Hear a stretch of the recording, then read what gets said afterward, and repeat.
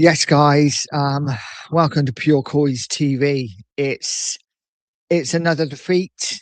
Our season is effectively over after we have lost 2-1 at home to Aston Villa in the FA Cup. Now, when you look at it just on the scoreline, maybe if you look at the stats, you would think, Spurs were unlucky. We did okay today. But you know what? For me, it's another performance where we just don't show up for the majority of the game. Is it on Frank? Is it on the board? Is it on the players? I think, listen, we will get into it. But before I do, please like, please subscribe to the channel. It is so hard doing videos after defeats, and especially an FA Cup third round defeat at home in a game that literally was our season defining game, right? In the league, we're 14th. We are languishing. We are awful. Turgid football. The Champions League, we're not winning. We know we're not winning.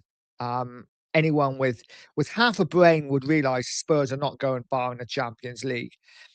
The FA Cup was our one chance of silverware this season, and we have gone out, in my opinion, with a whimper tonight at the Tottenham Hotspur Stadium.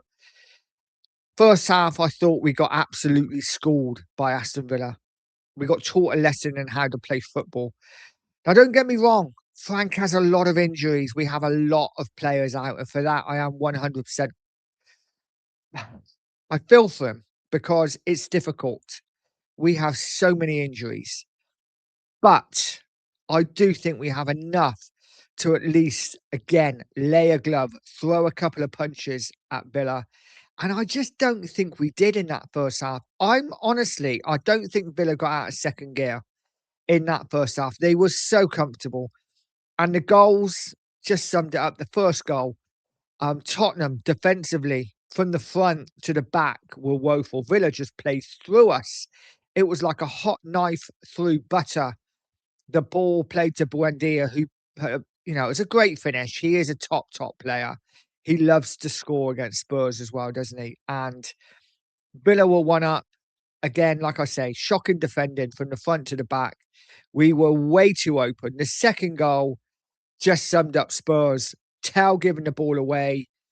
But even then, at that horrible pass from Tell to give the ball away in a dangerous area, we still had enough players back to deal with it. Defensively, it was like Keystone Cops.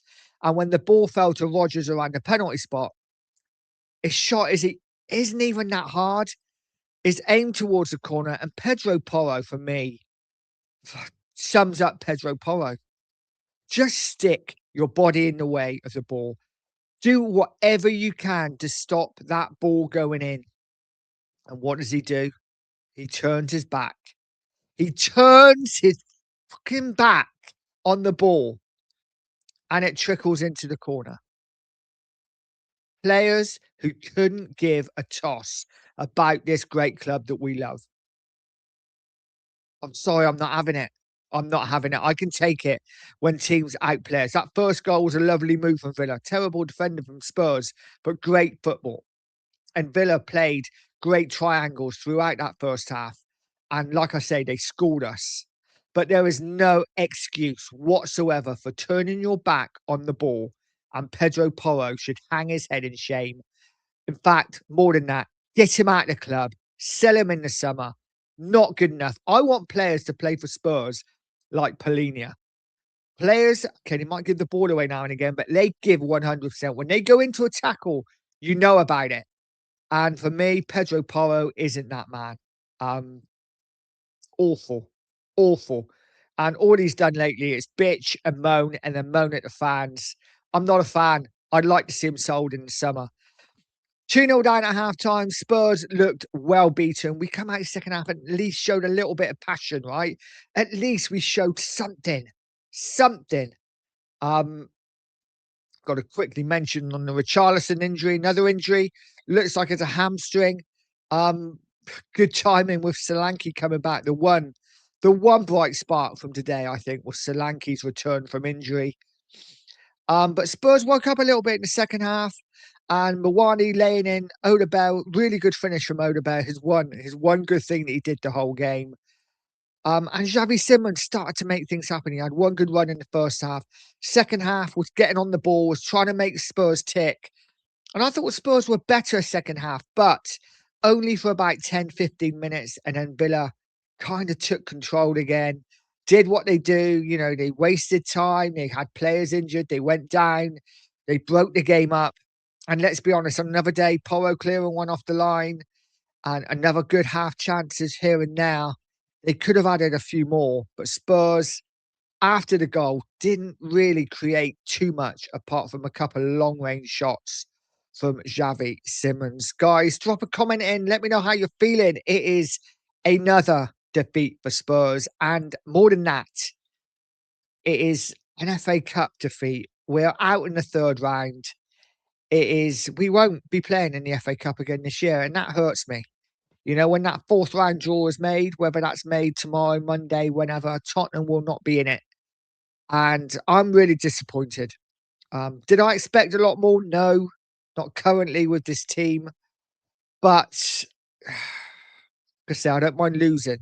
But I want to lose with a bit of fight. And they showed more fight after the game when the final whistle went than they did in the actual game. More boos at the end. Is that the right thing to do? I'm not sure.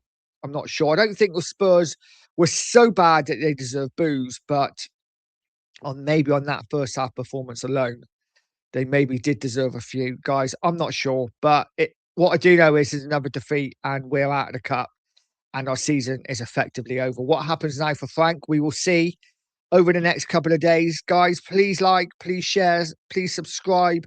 All that good stuff. It is such hard work talking about Tottenham when we lose, and we seem to lose a lot. Guys, have a great rest of the weekend. Let's hope Spurs don't ruin it for all of us. And as always, come on, you Spurs.